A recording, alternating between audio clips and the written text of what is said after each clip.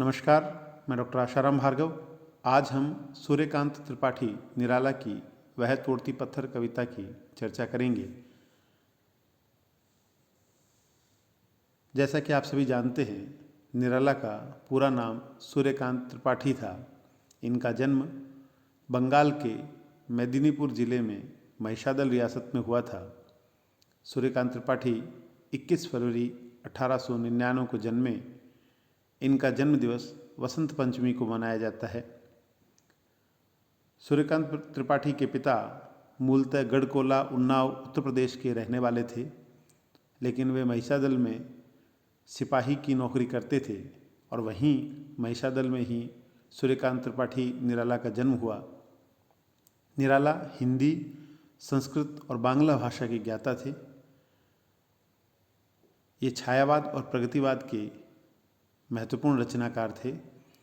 छायावाद के 4 प्रमुख रचनाकारों में निराला का नाम भी उल्लेखनीय है: जयशंकर प्रसाद, सुमित्रानंदन पंत, महादेवी वर्मा और सूर्यकांत त्रिपाठी निराला। निराला प्रगतिवाद के रचनाकार भी थे। इनकी कविताओं में प्रगतिवादी स्वर भी स्पष्ट होता है। इन्होंने मजदूर और शोषितों की पीड़ा को वाणी दी और ये मुक्त छंद के प्रवर्तक थे। निराला को मुक्त छंद का प्रवर्तक माना जाता है। निराला के अनुसार जिस प्रकार मनुष्य की मुक्ति आवश्यक है, उसी प्रकार कविता की मुक्ति भी आवश्यक है, और कविता की मुक्ति के लिए ही इन्होंने मुक्त छंद की चर्चा की है। वैसे तो निराला ने हिंदी उपन्यास, हिंदी कहानी, निबंध आदि अनेक विधाओं में साहित्य रचना की है, लेकिन निराला के काव्य संग्रहों में अनामिका, परिमल, गीतिका, अनामिका द्वितीय, तुलसीदास, कुकुरमुत्ता, अणिमा, बेला, नए पत्ते, अर्चना, आराधना, गीत कुंज, सांध्य कांकली आदि उल्लेखनीय काव्य संग्रह हैं। अनामिका द्वितीय में ही राम की शक्ति पूजा, सरोज स्मृति जैसी महत्वपूर्ण कविताएं संकलित है। वह तोड़ती पत्थर। वह तोड़ती पत्थर कविता निराला की वह कविता है जिसमें वे सड़क के किनारे एक पत्थर तोड़ती हुई स्त्री का चित्र स्पष्ट करते हैं। वह तोड़ती पत्थर, देखा मैंने उसे इलाहाबाद के पथ पर। वह तोड़ती पत्थर। लेखक कहते हैं कि इलाहाबाद के पथ पर मैंने उसे देखा, वह तोड़ती पत्थर। यहाँ पत्थर तोड़ने से ज़्यादा महत्वपूर्ण उस स्त्री की स्थितियाँ हैं जिन्होंने लेखक को इतना प्रभावित किया कि उन्होंने उस पर काव्य रचना की।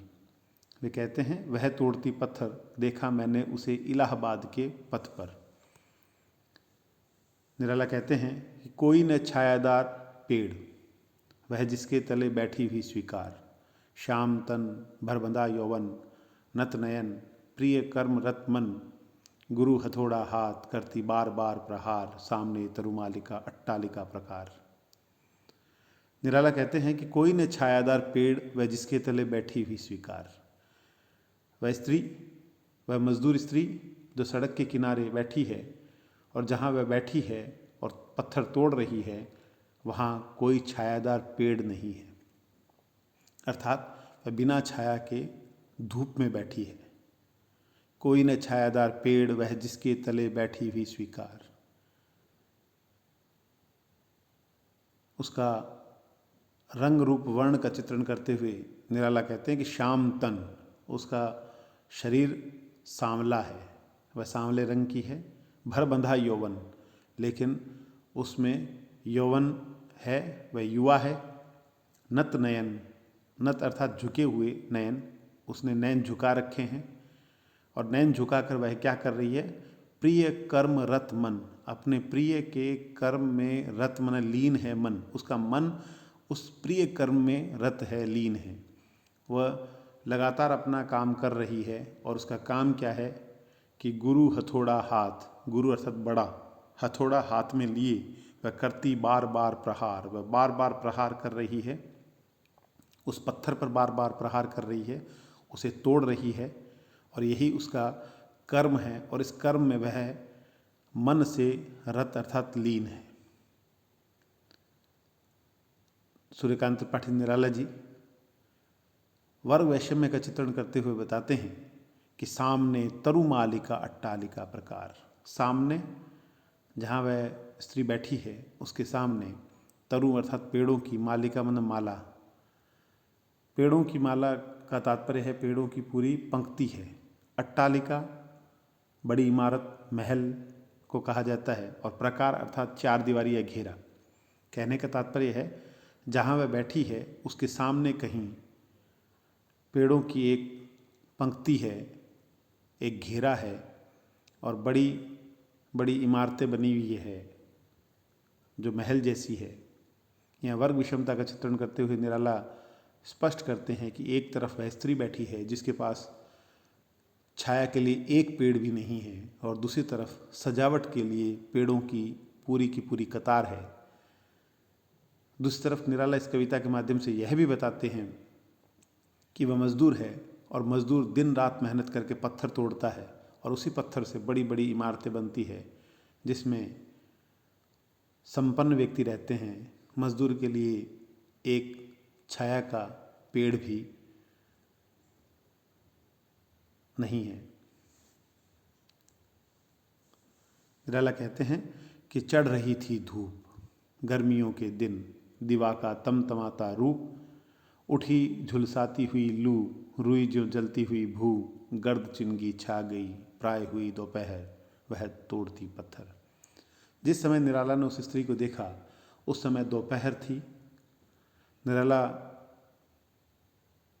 बताते हैं कि चढ़ रही थी धूप, धूप चढ़ रही थी, और गर्मियों के दिन थे, और गर्मियों के दिन और चढ़ती हुई धूप जिसमें दिवा का तमतमाता रूप, दिन का तमतमाता हुआ रूप था, सूर्य एकदम तमतमा रहा था, भयंकर गर्मी थी, और ऐसी गर्मी कि उठी झुलसाती हुई लू, शरीर को झुलसा देने वाली, त्वचा को झुलसा देने वाली लू उठ रही थी। और वह स्त्री सड़क के किनारे बैठी है। गर्मी के दिनों में, वो भी दोपहर के समय चलती हुई लू, और वो सड़क के किनारे और भी भयंकर रूप ले लेती है। निराला उसके भयावहता का चित्रण करते हुए बताते हैं कि रुई ज्यों जलती हुई भू, भू अर्थात धरती, धरती ऐसे जल रही है जैसे रुई जल रही हो। यहाँ निराला ने एक बिंब लिया है कि किस प्रकार रुई जलते हुए क्षण भर में जल जाती है, और उसी प्रकार इस गर्मी में धरती भी ऐसे जल रही है जैसे रुई की तरह सुलग रही हो। और वह कहते हैं कि गर्द चिनगी छा गई, गर्द अर्थात रेत, चिनगी चिनगारी, चिनगारियों की रेत सी छा गई। जो रेत हल्की फुल्की उड़ रही थी वो ऐसे लग रहा है जैसे चिनगारियाँ हो, और वो चिनगारियों की रेत छा गई। प्राय हुई दोपहर, लगभग वह दोपहर का समय था जब वह तोड़ती पत्थर, जब वह पत्थर तोड़ रही थी। निराला कहते हैं आगे कि वह स्त्री, जो मजदूर स्त्री है, वह अपने काम में यद्यपि लीन है, रत है, फिर भी जब लेखक उसको देखते हैं तो वह लेखक की तरफ देखती है एक संवेदना भरी नज़र से। वह कहते हैं कि देखते देखा मुझे तो एक बार, उस भवन की ओर देखा छिन्न तार, देखा कोई नहीं, देख कर कोई नहीं, देखा मुझे उस दृष्टि से जो मार खा रोई नहीं। सजा सहज सितार, सुनी मैंने वह नहीं जो थी सुनी झनकार। निराला कहते हैं कि देखते देखा मुझे तो एक बार, जब स्त्री ने देखा कि मैं उसे देख रहा हूँ तो मुझे देखते हुए देखा, तो एक बार उस भवन की ओर देखा। निराला कहते हैं जब मैं उसको देख रहा था तो उसने मुझे देखा कि मैं उसे देख रहा हूँ, तो उसने भवन की ओर देखा। छिन्न तार, लगातार नहीं देखा, तनिक देखकर उसने देखा कि देख कर कोई नहीं, देखा मुझे उस दृष्टि से जो मार खा रोई नहीं। उसने उस भवन की तरफ देखा और देखा कि उस भवन से उसे कोई देख नहीं रहा है, तो उसने मुझे, लेखक को, उस दृष्टि से देखा जो मार खा रोई नहीं। जिस दृष्टि को मार पड़ी हो लेकिन वह रोई नहीं हो, अर्थात अंदर से जो घुटन हो, जिसमें